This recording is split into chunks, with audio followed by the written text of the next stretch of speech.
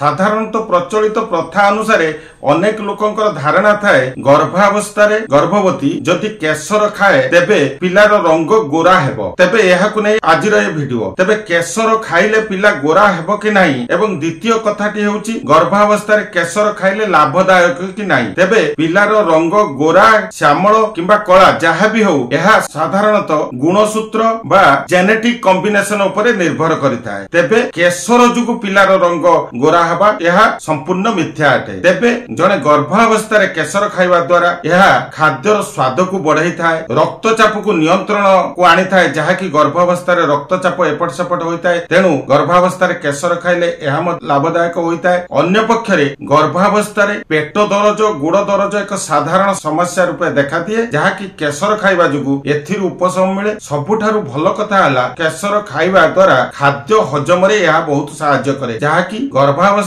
अनेक महिला को एसिडिटी बा खाद्य बदहजमी होबार स्वास्थ्य समस्या थाए। तेबे गर्भावस्था केशर खाइबा लाभदायक, मात्र केशर जुगु पिला गोरा हेबो ए कथा मिथ्या।